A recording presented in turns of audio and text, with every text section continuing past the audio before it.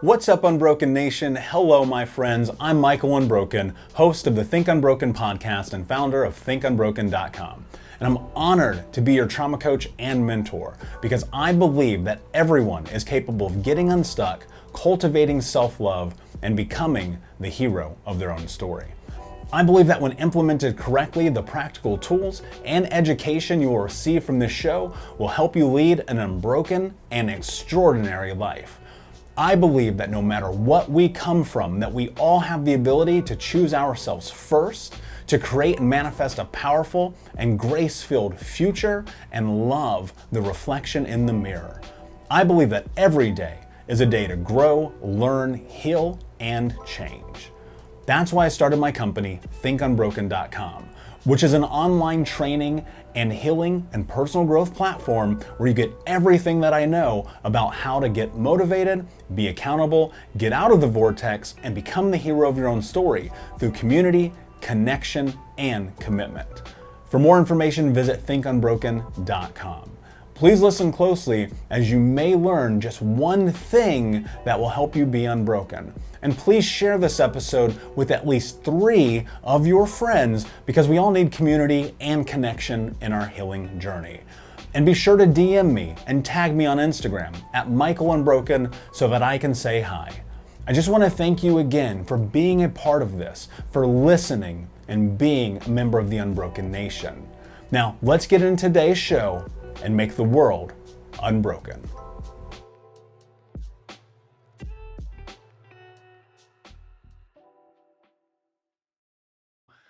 Hey, what's up, Unbroken Nation? Michael Unbroken here, and welcome to the Michael Unbroken podcast. Today, I'm joined by my great friend, Jana, who is a part of the Best Holistic Life. Recently, I was on her show, and I'm having her today because you guys need to know who she is. Jana, my friend, what is going on? How are you?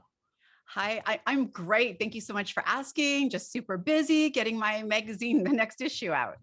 Yeah, I love it. Your magazine's really important. You know, I think that we all need to be having more conversations about practical things that we can add to our life to create change.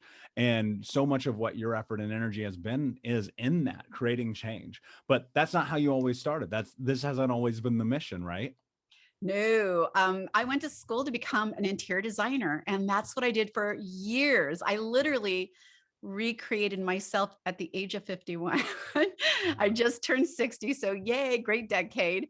But yeah, I started out being super great at what I did in interior design, and I thought I loved it until I got Mm, sick and literally knocked onto my deathbed. yeah. And then a shift, right? Totally a shift. I didn't want to die because I had a brand new grandson. So for all of you who have grandchildren, it's our do-overs, right? We all know that it's our do-over. Like anything we did as a mom, and oops, we get to do it over when we get grandkids. And I had a brand new grandbaby the day I went in the hospital. He was just like 5 or 6 days old. When I came out, he was 9 weeks old, and I literally was sent home to die. And my daughter brought him to me to see me. And I remember while holding him, it occurred to me, how will he remember anything about me? He Mm, is not going to remember like the simplest things, like the way I smell, the way we laugh together, grandma's cookies. He's not going to remember anything that I had, those memories of my grandmother. And I was desperate to make one memory with him. He is now almost 10. And we amazing. have created so many beautiful memories together. And I have 7 grandkids now instead of 5. But I found hope. And it literally was a mindset shift for me because how am I still here? The doctors are, how are you still here? And Yeah. I know it all started between these 2 things right here. It started creating magic. Yeah, I'm a testament to that myself. I look at everything that we do in our lives being the baseline of mindset, right? I say it all the time, mindset plus action equals self-actualization. A lot of people think they can like Disney moment themselves into the reality they want, but it takes a tremendous amount of action. Talk about that journey, right? Because I think first off, many people who are kind of in this midway point in life will measure it. I've been in this career for 25 years. I have this expectation of myself, but it still feels like there's something else. There's something else I should be doing, trying, going towards, or moving towards, and they're stuck, right? That stuckness. And often it's that, for lack of a better term, rock bottom moment that occurs in which people actually begin to create change. But you're faced with this really delicate precipice, right? That you can fall off either way. Either you go towards what it is that you want to be and become, or you remain the same. And when you're in that, it's like a conflict of self. How did you navigate that? Michael, this new purpose literally found me. I only was trying to survive long enough to make one memory. And here's what I want to tell all of you. I got on my keyboard in my deathbed because I could not get up and walk. I didn't have the energy. And I was able to type in the words, desperate for health answers, looking for holistic options. Where else in the world can you literally be on your deathbed and extend your reach across the globe to reach out to others? With that came miracles, right? Magical things. But also with that came kind of, I'm just going to use the word, a cesspool of craziness. There are so many people on the internet that are willing to take advantage of your vulnerability, your fears, your anxiety, all of that, and give you hope that really isn't there, or at least they don't hold the keys to that. Yeah. And here's the thing, I did find hope online through reaching out through social media. I'd never really been on social media 9 years ago, and I found incredible hope. But I realized as I started becoming a health coach and working in the mindset area and became an NLP and RTT practitioner, I realized that when I reached out and knew I could help someone, all those walls came up because of the people who came before me. And it was really hard to stretch your hand through that screen and say, hello, I am. Let me hear what's going on. Let me help you. And so I wanted to give a platform to those incredible people like yourself that just haven't been heard enough. They don't know you're there. They're looking for you, but they can't find you because you're buried sea deep under all the craziness. And so I created the magazine, the podcast, wrote my book. Everything I've done was to give a light, shine a light on the people like yourself and let people know, like, here they are right here, open for business. And they weren't about selling product. They weren't about, ranking up to that next level. They were about really helping people, getting to know them. Because the first thing I asked them, and you know this, what's your story? Why are you here today? What was your moment of hope? And when I hear that, I know exactly why they're standing in front of us today. I know what put them in their purpose. I know what the passion is that drives them. And I want to help other people see that too. So that's where this whole thing was created. It really pulled me. It wasn't somewhere I thought one day I'm going to do this. It was one day it was on my doorstep. I saw the joy it gave me. I saw how it was helping others. I recognized the ripple effect of hope it was putting into the world, and I was on board. Yeah, and you're faced with that moment too, right? But you still have to make the choice. You still have to move into the understanding that I'm going to be in service of people. I'm going to create this thing. I'm going to follow, even though, and I guarantee you there were people around you who were like, that's a terrible idea. Why would you do that? You had this thing over here. How do you navigate when you're in this space of creating? How do you navigate the naysayers, the haters, the people who say, you know what? You were great over there. Why would you change? Why do you want to do this? How do you go through that? So that still happens. And here I am sitting in a 7-figure business, and people will still ask me, are you still doing that little magazine thing you were doing? And here's the thing is, that's their baggage, right? When somebody feeds something to you, that's really their fears, their blocks, and they're putting that on you, but you don't have to receive that. I always tell everyone the only story that should ever matter to you is the one you tell yourself. And I saw this as my destiny. I saw this as my passion, my purpose, and there was no disputing that. And I leaned into it. So when I get those naysayers, I smile and say, yes, I am. I'm still doing that little magazine. Still doing it. Yes, I still have that #1 best-selling book. Yes, that's me right here, still doing that. Yeah, there's drive in that, right? I often think about 100%. my own journey, and I get canceled pretty frequently. I get an email every day, somebody, who do you think you are? How dare you talk about this? What is it? And I know that I serve the people that I serve with the full power and capacity that I have to be a change maker in the world, because I believe I'm capable of doing it. But so often, and this as a coach, and I know this as a coach and someone who's written a book and traveled the world and done the whole thing, that there's always that little voice. There's still always that little voice over here that goes, you know what? I don't think you can do it. You're not good enough. You're not strong enough. You're not capable enough. So much of that is enveloped in us through the narrative of the society that we live in, through our parents, through our peers, through our community, through our neighborhood. And then we come to this moment, we still have to face that voice. Just like the haters' voices, right? We still have to face our voice. How do you leverage that? How do you move through that voice? And if you have that, to say, you know what, I see you, I hear you, you're over here, but I'm still going to do this anyway. How do you push through? That's such a great question. When I was growing up, I remember if I said, I'm not going to be able to pass that math quiz, my parents would stop me and say, be careful what you speak. You get the words of your mouth.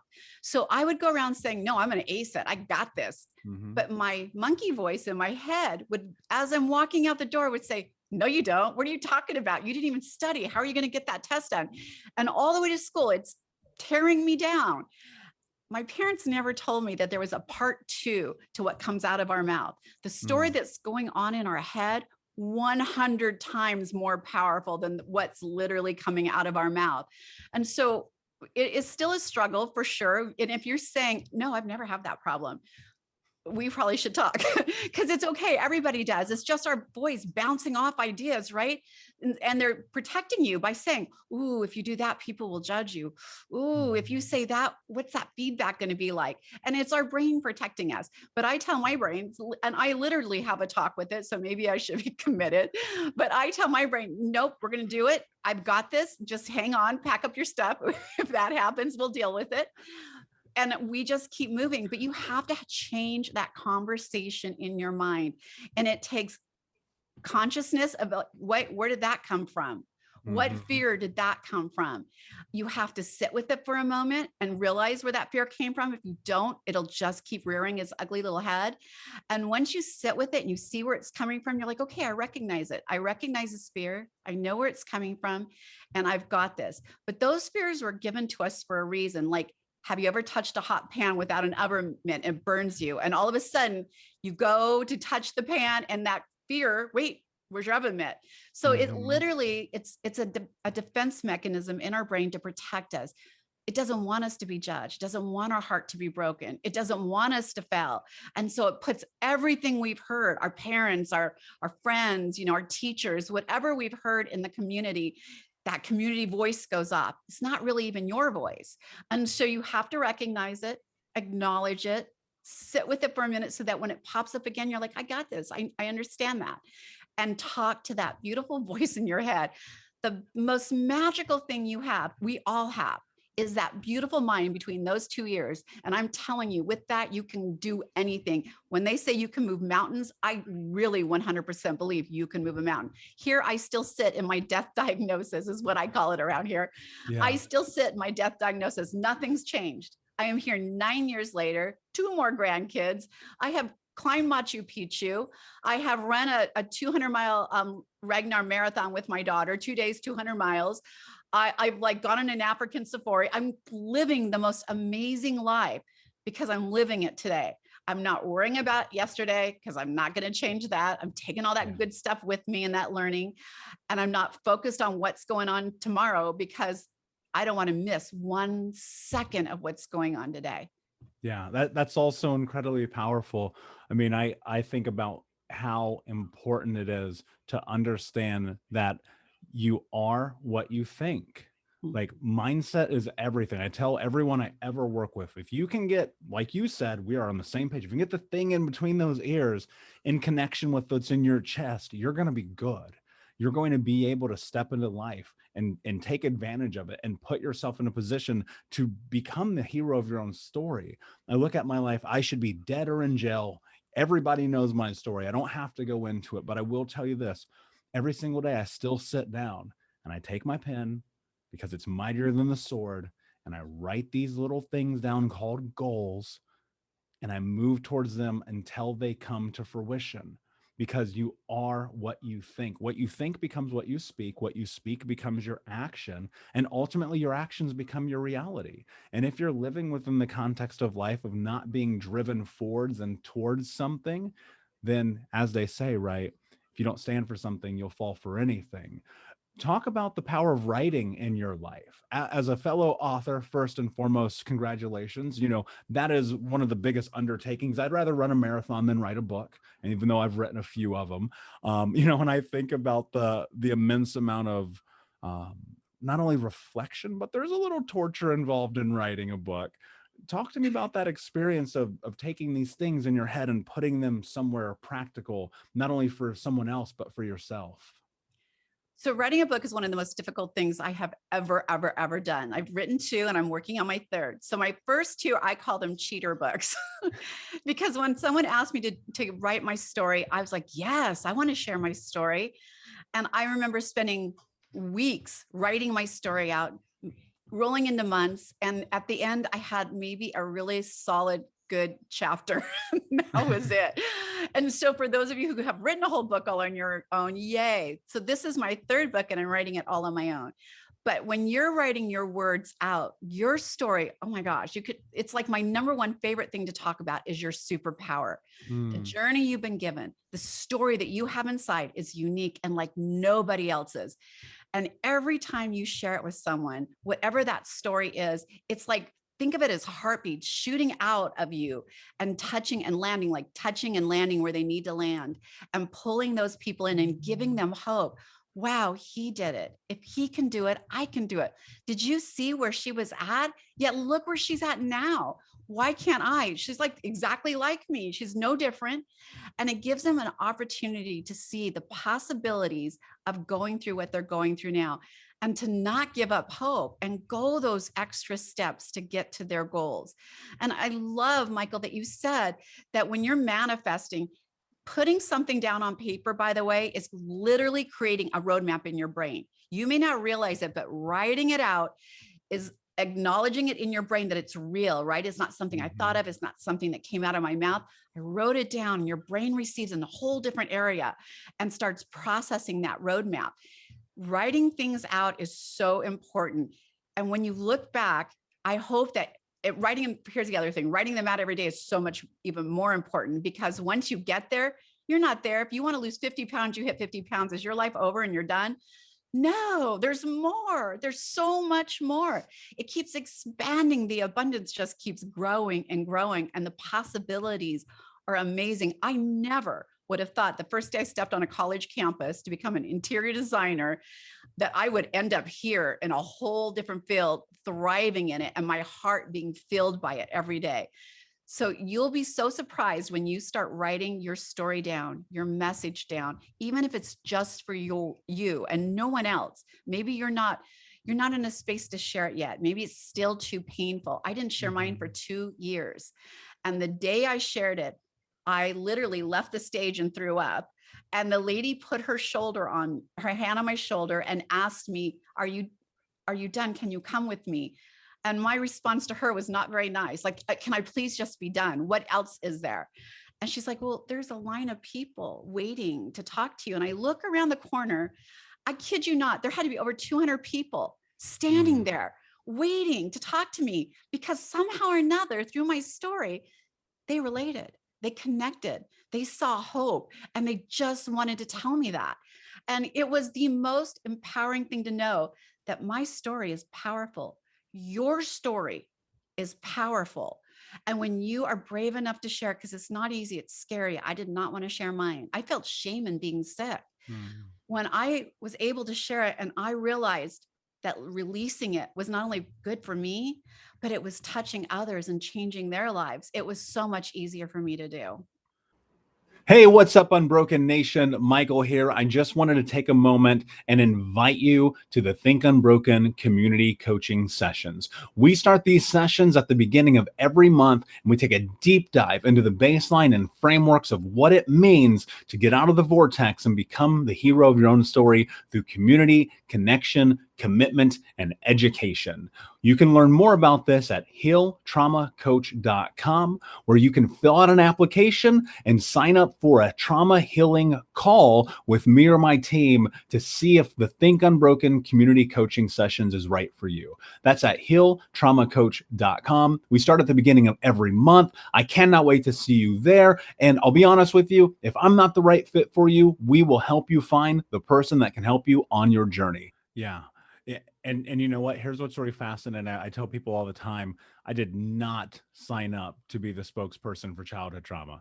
Like, I don't even want this job. I don't like this job. I don't want it. Right. But I'm so driven by the idea that if we can come into connection and create expansion through healing, health, education, and knowledge, we can change the world. And there are people right now watching this or listening to this, or they'll find it in 10 years because we live in perpetuity now, and they're stuck and they're like, I know there's something in me. And they're just like, I'm too scared to bring it out. How do you do that? Like, how do you bring that part of you out into the world and say, you know what, even though I'm terrified, I'm going to get on that stage? So I did it out of, I don't even know why I did it. I didn't want to do it. I said no for 2 years. I said no. And then a really good friend came to me and said, I really need you to do this for me. I need you to stand up there and just do the best you can. I remember the first time I spoke, I was so nervous and I kept doing this with my hands and I kept saying, because it was so nerve-wracking. I didn't think anyone was listening. And when I walked off and saw those people, I realized that they were listening. And what happened for me to get me on that stage, I had to keep telling myself, you don't know them. It's kind of dark out there, right? You don't even have to see them. At the end of the day, it's kind of like just talking in a dark room, right? With nobody out there. So I went out literally with lights blinding. You know, when you're on stage, you think they're looking right at you, but we don't see anything. There's like lights glaring right in us, unless they say, bring up the lights so they can see your sweet little faces. But I can hear things, right? I'm listening. And that will distract you, by the way, if you listen too much. But I'm listening to keys. Are they listening? Are they laughing what they should be laughing? Are they quiet? What's going on? But I went into that dark space like I was all alone, like I was just closing my eyes and telling your story. This is so funny, but I literally started telling my story with my back to the audience. I walked and I asked them, can I just start with my back? I promise you I'll turn. And I came out and said, hello, I'm Jana Short. I know you're back there. I'm going to start right here. And that is how, and they started laughing and I kind of eased me into it. Right. And I started talking and then pretty soon I turned around, I'm like, yes, I have a face too. And then we started talking and then, the pictures start popping up and me being sick. And all of a sudden their energy transferred to me and it became an okay space to share. And now that I do it, it like just comes out.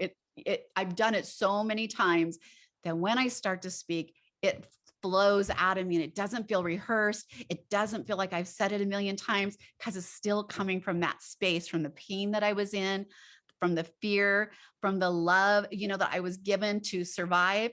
It still all comes out of me. So if you're fearful of it, just go in there, start talking to them with them at your back. I'm telling you, it'll be funny. And when you turn around and you're brave enough, like when I'm brave enough, I'll turn around.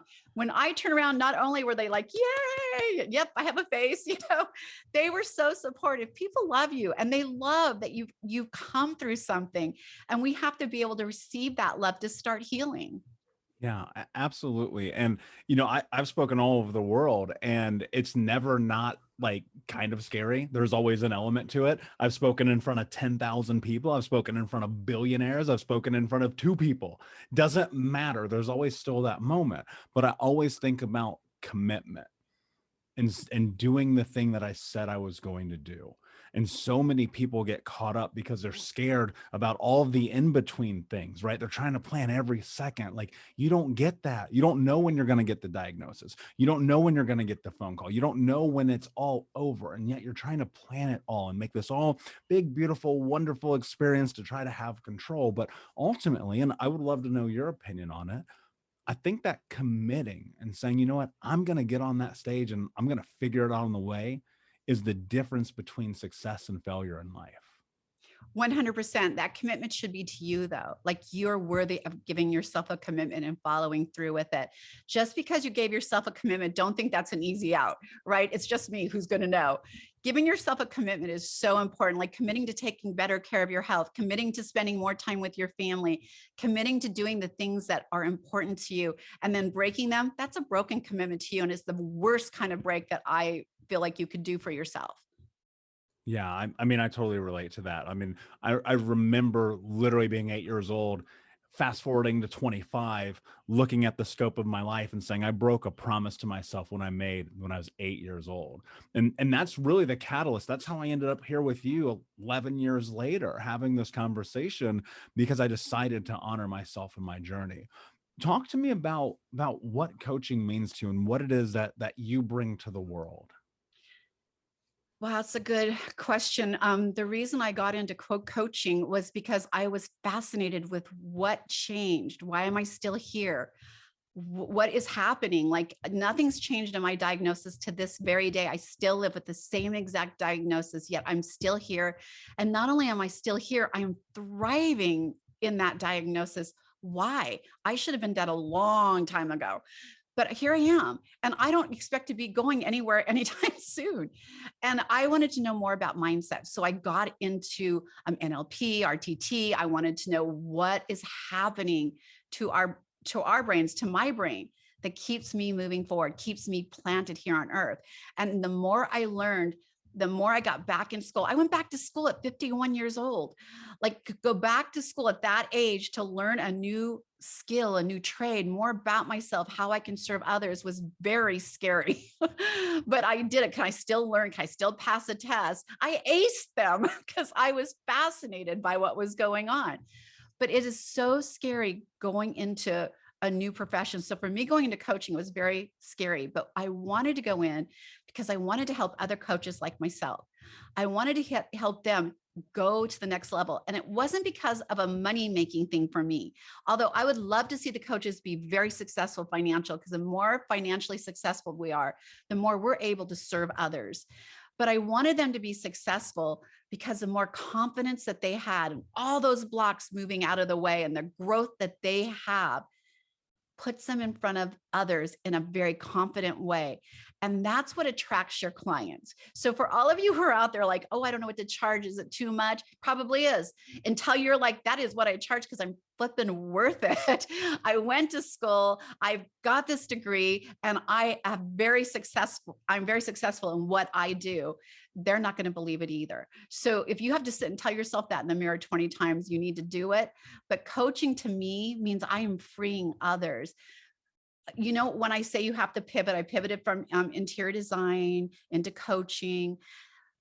My magazine and podcast have grown so big, and my speaking platforms, that I've stepped away from coaching, even though it makes me sad. I kind of coach people in my magazine like, if you're in the magazine, you better be ready for the people coming. Where are you hosting them? Where are they going to go?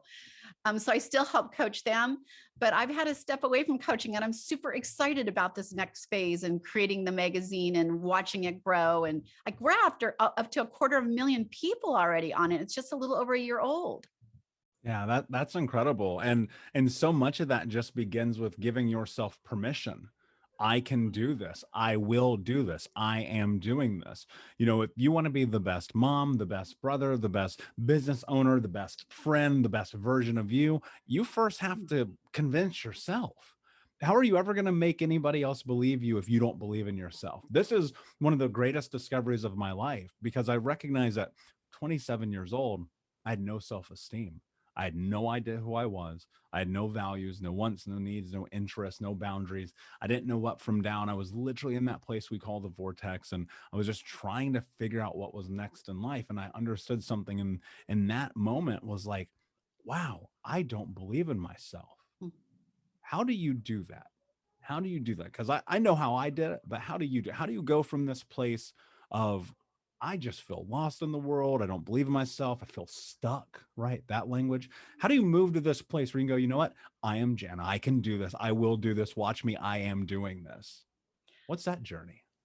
I'm going to be, you know what? I don't ever feel that way. I'm But pretty your confident clients do. My clients do, for sure. And what I have them do is start routines, telling themselves, when I was talking about the roadmap for your brain, it's true. Our brains literally have one job: keep you alive, right? And when they stop you from doing things, it's not because, like, the fears that pop up in you and all those anxieties, that's a protection mechanism kicking into place to keep you safe. No one will hurt your heart. Nobody will laugh at you or point a finger. Somebody won't say something negative. And so I want them to push past that and recognize what that fear is. That fear is holding them back, and it's somebody else's. I have tons of followers. Think about it. I have over 200 podcasts out there. I get negative feedback. I don't get a lot of it, but I do. And I'm totally okay with that. First of all, if you are on social media and someone gives you negative feedback, do not reply. Like, do not get into an argument on social media. I immediately DM them and I say, thank you so much for your feedback. I can always do better. I can always show up better. And I can't do that unless someone tells me their true opinion. That doesn't mean I agree with them. I don't tell them this. Doesn't mean I agree with them. It doesn't mean that they're wrong and I'm right. It just means I hear what you said. And I absolutely, every day I try to do better, and I can't do better until people are honest with me and tell me what they really think. So I do get feedback. DMs, that's for DMs. Don't get into, you will not win an argument on social media. I don't care if you are absolutely 100% right. You will not win an argument. So when someone comes up negative to me, I thank them. Thank you so much for your feedback. Have you guys been watching TikTok and seeing all the Karen reels, right? Yeah. And what is the first thing? Like, you can't watch. I mean, it's turn away. You're just like, you can't turn away. You're watching this person lose it and break down. And yet people are poking them, right? I got you on camera, poke, poke, poke. And they're already having a meltdown. And as a mindset coach, I hear them. I hear their pain. And all I want to do is say, take a breath. You're okay. I got you. You're okay. And let's just reset. What do you need, right? I just want to help them because I have been a Karen. I remember a mom raising 4 kids, and they were all like 1 year apart, all three, or the bottom 3. So they were little, and I have lost I'm not going to say the word, but lost my crap from times. And I'm so grateful that there wasn't a camera taking a picture of me at the time, or someone poking me, because I probably would have been arrested. But it was mostly out of whatever was going on in my day, something else, something frustrating. And when my clients come to me and they're having those fears and they're having all that, I'm hearing fear, pain, like they need to be hugged. They need to start building their own confidence. For every single one of you listening, if you're waiting for someone to tell you can do this, if you're waiting for someone to hold your hand, if you're waiting for someone to show you how to do it, or in your relationship, you're waiting for your husband to say you look great, you're waiting for your husband to say, oh, you're so beautiful, whatever that is that you're waiting for, get in the mirror and tell yourself that. Like, that is the only opinion that should matter to you is yours. I get up in the morning every day and I don't always feel like 100%. And I get up in the morning like, you're killing it. You're crushing it. I cannot wait to get today. Let's do this. Honestly, I do that. It's so silly. My husband laughs at me, but like, you laugh, but look what I'm doing. Yeah. Did you know that you can sponsor an episode of the Think Unbroken podcast? All you have to do is visit thinkunbrokenpodcast.com, and there's a little coffee icon down there at the bottom of the screen, or you can click the sponsor an episode link and your name will go on the sponsored list for sponsors of the Think Unbroken podcast. One of the things you may not know is that this is an internal podcast. There's no major sponsors. Coca-Cola doesn't sponsor us. We don't get the Joe Rogan endorsement. We're over here trying to create massive change in the world, and I cannot do it alone, and I need your help. So if you have the ability, please visit thinkunbrokenpodcast.com, help sponsor an episode, and we will put your name on the sponsorship list where everyone can see your contribution to the Unbroken Nation. My friend, I appreciate it so much. I want to continue to make these shows and bring tremendous value to your life, to our world, and to the Unbroken Nation, but I cannot do it alone. If you have the ability, please visit thinkunbrokenpodcast.com and sponsor an episode. All right, my friends. Who's going to believe in you if you don't believe in yourself? Oh, 100%. You have to. And you have to like step through the grime of the discomfort of that moment in which you're facing this thing. Now, I didn't have the words for this like 7, 8 years ago, but imposter syndrome, trying to figure out who you are. And change doesn't happen until you make change happen. And then you adapt, and ultimately assimilate, and you become that person. But there's trials and tribulations, and people quit far too often. They're like right there. You see those memes, the guy's digging for gold, he's at the edge, it's right there, like one more stroke, he's gonna be it, and he quits. Can you talk about the power of quitting and not quitting in life? Um, if you start quitting and you go down that slope, it becomes easy, right? And who cares? Nobody cares. I don't care.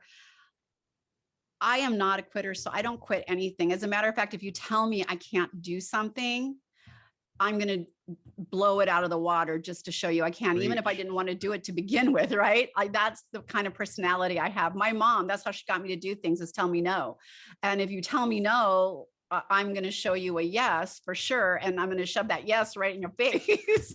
So for sure. So if you're struggling with giving up or failure, or you just feel like I've never been able to be successful at anything, I'm telling you, you probably quit that close to being there. You don't know because you quit. And it is hard work. There is no magic switch. Like, unless you win the lottery, and who does that? Hardly nobody. There is no magic trick to getting there. It's hard work. It's falling down and getting back up. By the way, falling down have been the best parts of this for me, because I have met the most amazing people on those downward slides. But I wanted to address real quickly about you talking about imposterism, or I cannot say it again. It's okay to be an imposter. It's totally okay. I'm a magazine editor. I didn't go to school for that. I wasn't supposed to do that. And yet that's exactly what I'm doing, because I decided I was going to do it. And I'm a mindset coach, went to school for something else. And I kept saying, I'm a mindset coach. This is what I do. This is what I am. That doesn't mean I started practicing as a mindset coach until I got the education behind me. I'm going to show you this like real quick little picture for everyone watching. It's like the very first page in this magazine. And I'll tell you about creating a reality. This is my granddaughter. This is my husband. She has dressed up like a veterinarian since she was a little girl. She goes to the office every single summer. She comes and visits us and stays. She dresses up in her scrubs that says future veterinarian, and she goes and works as a veterinarian. So her job is to sit in surgery, and while the animal's under anesthesia, she holds its paw, pets it, and tells him, you're going to be okay. My papa's taking care of you. And she has done this since she was 5 years old. She's now 13. And one day, I'm hoping she'll be a veterinarian. But whatever she is, I'm going to be so proud of her and support her in that. But she is visualizing it, right? When you say you're something that you're not quite yet, you're visualizing it. Your brain is picking that pattern up. It's moving towards it. So I want you to get out there and say, I'm an astronaut, I'm freaking president of the United States. I can tell you right now, I believe it could be possible. So anyone can do that. I want you to tell yourself those stories, and you're not being an imposter. You're dreaming and visualizing yourself like that, like just like that little girl in the magazine. I love that. That's so beautiful, and so poignant too, because that's practical. Like, that's practical. I don't think there's any dream that you cannot accomplish as long as you move forward. Like, until the, and I think about this all the time. If you can redefine your relationship with time and with death, the things that are happening in your life will change rapidly. One of the experiences that I had, because I got a bacterial infection and almost died at 29 years old. It took me a long time to recover. And I still am always like, all right, I got to be healthy, got to take care of myself. And I've recognized something. My mission, my goal is to end generational trauma. It's the only thing I care about. It's my obsession. And I recognize on a long enough timeline, I'm probably going to die. We're talking about hundreds of years of reframing for people, right? But what can you do? You keep going no matter what, because you believe in it, because you say to yourself, I can, I will, I am going to do this. I believe. I'm giving myself permission to show up. For someone, let's say they're just starting this journey. They don't really understand what's happening in their life. They just know something's wrong. They're stuck. What advice would you give them? How would you help them take these first steps into whatever it is that is their next? I definitely would say you need a coach, because a coach puts a mirror in front of you. And when you start saying all that, sometimes we don't even recognize or relate it to ourselves. And I use a coach. Like, I have actually several coaches, because I want to be the best me I can be. You earlier said you want to do the best this, you want to be the best mom, the best cousin, the best sister. You're never going to hit the best, right? You're just not. That doesn't mean you can't show up at your best and always try to do more. But if you miss that, don't be so hard on yourself. Show yourself some grace, because we're just doing the best we can. I know I could have been a better mother. I know I call grandkids the do-over. I know I could have made better choices, but I was busy creating a career, raising 4 kids, working on my relationship with my husband. Like, there was so much going on that I missed the beauty of them growing up. So I would tell you, if you're brand new starting your career and you're just not sure, like, I feel it in my gut, this is what I need, this is what I want, it's calling to me, but I don't know how to get there. You find a coach. Start running that by them. Find a coach in the area that, if you need to have blocks removed, if you just need a business coach, if you need a life coach, find somebody else that holds you accountable, will be honest and direct with you. Unfortunately, our family is the worst to go to this, because they love us so much. They're like that monkey brain in our head, and they say things to protect us, like, oh, that would be great, but maybe you should try that next year and see how you're feeling. They hold us back out of love. And you need to find someone who's not going to hold you back, who has no investment personally in you, and that can be really honest with you. And unfortunately, the people who love us the most cannot do that for us. And so find yourself a coach that works in the area that you want to. And if you have that burning desire, there's more for me. Like, I knew when I was getting well, before I started coaching, I knew there's more. I know I'm still alive today because there's something for me to do. I'm here for a purpose. It's not just a job anymore for me. This is my purpose, and it's filled, I'm telling you, with passion. And I know that any of you that are listening to that, you're feeling that in your gut right now. Like, I'm here for a purpose. I'm so passionate about this. But where do I start? How do I even start? I didn't know how to start either. How do I start coaching? I've never coached before. How do I write a book? I've never written a book before. Like, a magazine. Do you want to know how this magazine started? I was too lazy to do a newsletter. Like, I don't have time for a newsletter. Wait a minute. I know all these amazing people. I can get them to write some articles for my newsletter. And it blew up into a magazine and took on a life of its own, because I found a go around for writing a newsletter. So definitely, here's the other thing: surround yourself with people who love you, people who support you, people who maybe not are your yes people, right? They're like, ooh, I get it, but maybe you should get some help. But surround yourself with those supportive people. Your tribe is so powerful. Like, when you surround yourself around positive people, positive things happen. If you surround yourself around toxic people, I don't care how positive you show up to that group, you will leave not as positive as you showed up. It's draining. So surround yourself with positive people, get an incredible coach to work with, invest in yourself. It does cost to have a coach, but you are worth it. I know that if one of your children came to you and they were struggling with something, you would go find them help. You need to find yourself some help to get to that next level, because you are flipping worth it. And whatever is burning in your gut, we need it. I can tell you, we need it. If it's driving you that insane, you can't sleep at night, you've been thinking about it for years, it needs to happen, and it's being put there for a reason. For me, I had to get knocked off my feet in a deathbed before I quieted it down and listened to it. Otherwise, I was just too busy doing this and running there. So definitely sit with that burning feeling and reach out, get a coach and start working with them. I don't coach anymore, but I know a million coaches I can send you to, and find someone that you trust that can help you get to that next level, or recognize the path that you need to take to make those beautiful things happen for you.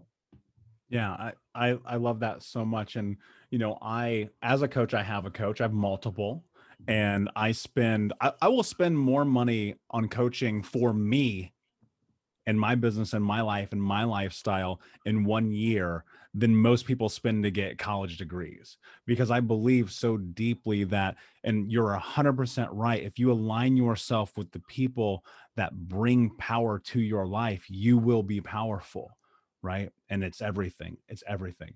Jana, my friend, I appreciate you so much for being here and your wise, beautiful words, because they're impactful and they matter. And you've been on either side of this journey trying to go forward. I'm going to ask you one last question here before we wrap up, but I just want to say thank you so much. First, before I ask that last question, can you tell us where everyone can find you? Absolutely. You can find my personal website is jana@janashort.com. But you can find me all over social media, and you can get a free subscription to the magazine if you just go to bestholisticlife.com and sign up for the free subscription. Yeah, and grab the magazine. And self plug, I was published in this magazine. I have it sitting right here on my desk. It's an amazing, beautiful magazine. I purchased it because A, I want it, and B, because it's like, you know what? When you do something good, you need to give yourself accolades. You need to take a moment of pride and go, you know what? I did something good. And Jen, I love your mission. I love everything that you're doing.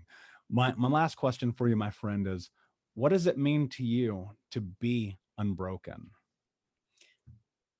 Oh, honestly, that makes me want to cry, because I was broken, and I was broken many times on that journey to get here today. And for me, though, it means I've survived.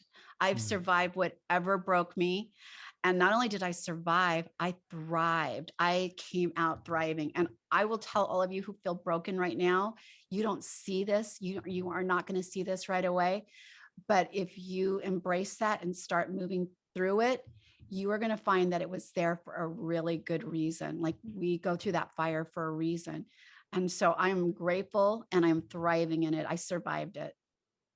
I love that. Thank you so much, my friend. Unbroken Nation, thank you for being here. I appreciate you. Please like, comment, subscribe, share, tell a friend. And until next time, my friends, be unbroken. I'll see ya. Unbroken Nation, hope that you just got a tremendous amount of value from today's episode. I want to know what you think. Please do me a favor and review, rate, and share the episode with 3 friends on social media today. It would mean the world if you did, because ultimately at the end of the day, creating community and connection is how we heal generational trauma in the world. And I need your help to do that, Unbroken Nation. So if you're on iTunes or Spotify or wherever you are, please like, comment, share, review. I want to know not only what you like about the show, but how I can make the show better, how I can make this further about helping you on your healing journey. So do me a favor, and when you do, shoot me a screenshot of you making the review to my DM at Michael Unbroken on Instagram, so that I can have a conversation with you, say hi, and more importantly, so I can share it with the Unbroken Nation. Thank you so much, my friend.